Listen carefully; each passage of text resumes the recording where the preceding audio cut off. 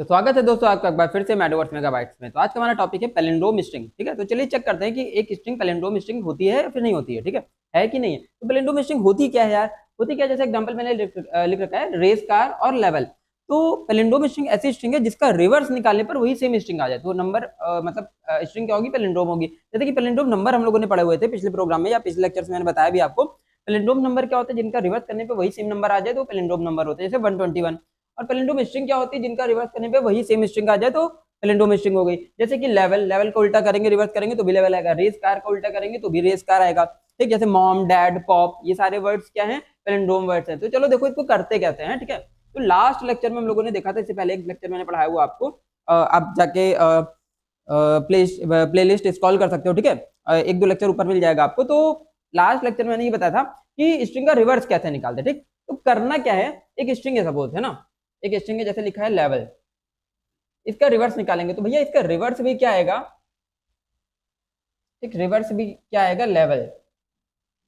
ठीक, इसका रिवर्स भी क्या आएगा? लेवल। तो लेवल का रिवर्स भी लेवल हो गया, मतलब स्ट्रिंग का रिवर्स भी स्ट्रिंग के बराबर ही है। तो अब इसका रिवर्स निकाले, दोनों को बराबर चेक करा लेंगे, क्या दोनों बराबर है? अगर दोनों इक्वल है तो स्ट्रिंग क्या हो जाएगी? पैलिंड्रोम स्ट्रिंग हो जाएगी। ठीक, तो अब रिवर्स निकालने की टेक्निक मैंने आपको पिछले लेक्चर में बता रखी है। क्या बता रखी है? सबसे पहले फॉर का लूप चलाते हैं और उसके पहले इसकी क्या निकालेंगे? लेंथ निकाल लेंगे। और स्ट्रिंग अगर एस वेरिएबल में सपोज स्टोर है तो इसकी लेंथ कितनी आएगी? 1 2 3 4 5। तो लेंथ कैसे निकालेंगे? एस डॉट लेंथ, क्योंकि किस वेरिएबल के अंदर स्टोर है स्ट्रिंग? एस वेरिएबल के अंदर स्टोर है। तो ठीक है, तो सपोज एस वेरिएबल के अंदर में लेवल नाम की स्ट्रिंग एक स्टोर कर रखी है, उसकी लेंथ निकालनी होगी तो लेंथ फंक्शन लगा के उसकी लेंथ निकाल लेंगे। तो भैया लेंथ कितनी आ जाएगी? लेंथ होती है जितने नंबर ऑफ कैरेक्टर्स होते हैं। तो लेंथ कितनी आ जाएगी यार? इसकी 5 आ जाएगी, क्योंकि कितने कैरेक्टर्स है इसके अंदर? 5 कैरेक्टर्स है। ठीक, आगे चले। फॉर का एक लूप चला दिया। क्या लूप चला दिया? Int i equal to 0, i less than l, i plus plus. ठीक, क्या कर दिया? आई प्लस प्लस कर दिया। फिर यहां पर क्या होगा? कैर C H is equal to S dot carat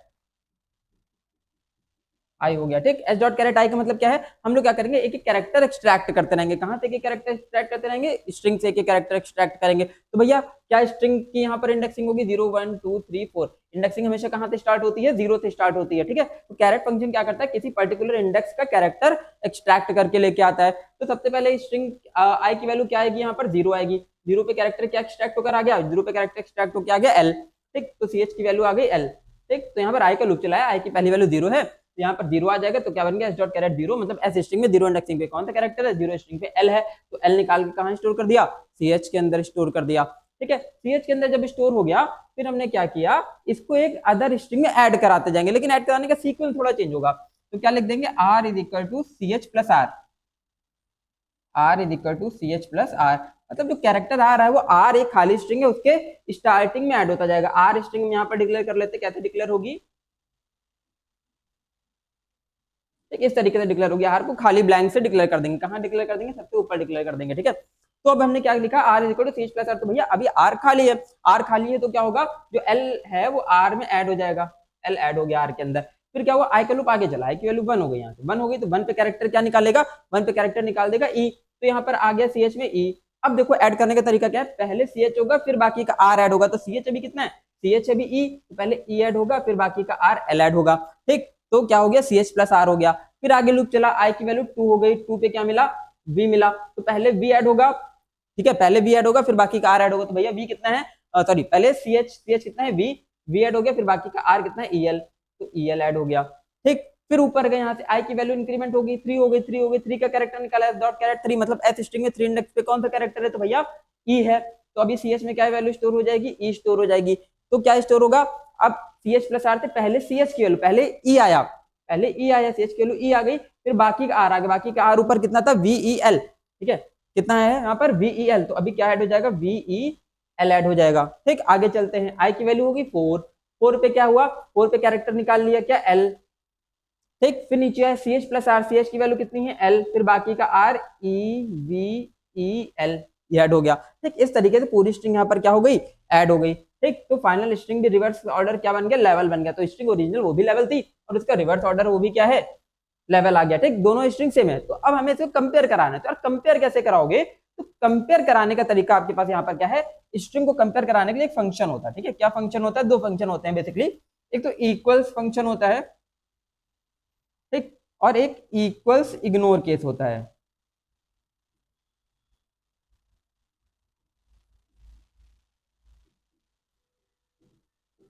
ठीक, तो एक इक्वल्स फंक्शन है और एक इक्वल्स इग्नोर केस फंक्शन है। तो अगर आपको ये इंश्योर है कि आपकी जो स्ट्रिंग है वो सेम केसेस में, सारी स्ट्रिंग के सारे कैरेक्टर एक ही केस में है, तो आप इक्वल्स फंक्शन यूज कर सकते हो। अगर आपको ये श्योर नहीं है कि आपकी स्ट्रिंग के सारे कैरेक्टर सेम केसेस में है, तो आप क्या यूज करोगे, इक्वल्स इग्नोर केस यूज करोगे। ठीक है, क्या यूज करोगे, इक्वल्स इग्नोर केस यूज करोगे। तो हम यहाँ पर इक्वल्स इग्नोर केस ले लेते हैं। हम यूजर के ऊपर भरोसा नहीं कर सकते, यूजर ने सारे कैरेक्टर एक सेम केस में दिए होंगे। ठीक है, तो हम इक्वल्स इग्नोर केस यूज कर लेते हैं। तो हमने क्या लिखा, ओरिजिनल स्ट्रिंग क्या थी, एस थी हमारी, तो क्या लिख देंगे, एस डॉट इक्वल्स इग्नोर और केस, केस के अंदर क्या पास कर देंगे, दूसरी स्ट्रिंग आर। ठीक, तो s dot equals ignore case r, मतलब एस इक्वल होगा आर के। ठीक, केसेस को इग्नोर करने के साथ एस अगर इक्वल होगा आर के, तो स्ट्रिंग क्या होगी, पैलिंड्रोम स्ट्रिंग होगी। तो यहाँ पर प्रिंट करा देंगे पैलिंड्रोम स्ट्रिंग, एल्स में नॉट अ पैलिंड्रोम स्ट्रिंग।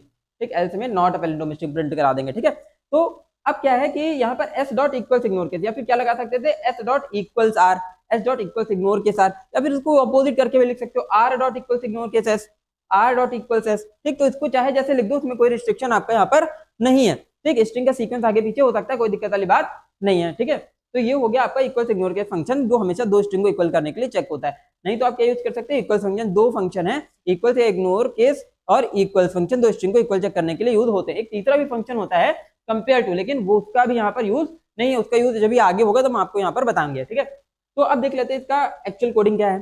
ठीक है, एक्चुअल कोडिंग वही है जो सेम अभी मैंने आपको करके दिखाई। क्या दिखाई, तो सबसे पहले स्कैनर का ऑब्जेक्ट बनाएंगे। स्कैनर का ऑब्जेक्ट बनाने के बाद एक स्ट्रिंग यूजर से इनपुट करा लेंगे सी डॉट नेक्स्ट लाइन से। ठीक है, क्या इनपुट करा लेंगे, s c dot next line से एक हम वैल्यू यूजर से इनपुट करा लेंगे। इनपुट कराने के बाद उसको हमने अपर केस में कन्वर्ट कर दिया।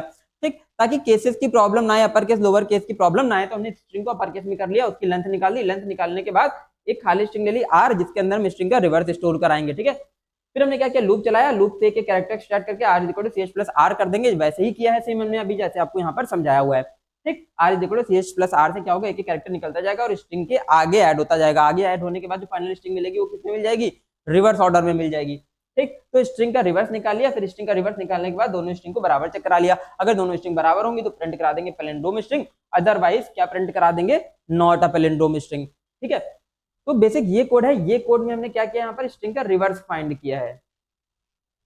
ठीक, क्या फाइंड किया, स्ट्रिंग का रिवर्स फाइंड किया हुआ है। और यहाँ पर दोनों स्ट्रिंग को क्या चेक कराया हुआ है, इक्वल चेक कराया हुआ है, यानी कि रिवर्स को और ओरिजिनल स्ट्रिंग को दोनों के इक्वल चेक करा ले। तो रिवर्स निकाल के स्ट्रिंग के इक्वल चेक करा लेंगे, अगर इक्वल होगा तो नंबर या string palindrome, otherwise not a palindrome string. ठीक, तो आई होप आपको ये लेक्चर समझ आया होगा। तो बने रहिए हमारे साथ अगले लेक्चर के लिए, तब तक के लिए स्टे ट्यून्ड गाइस।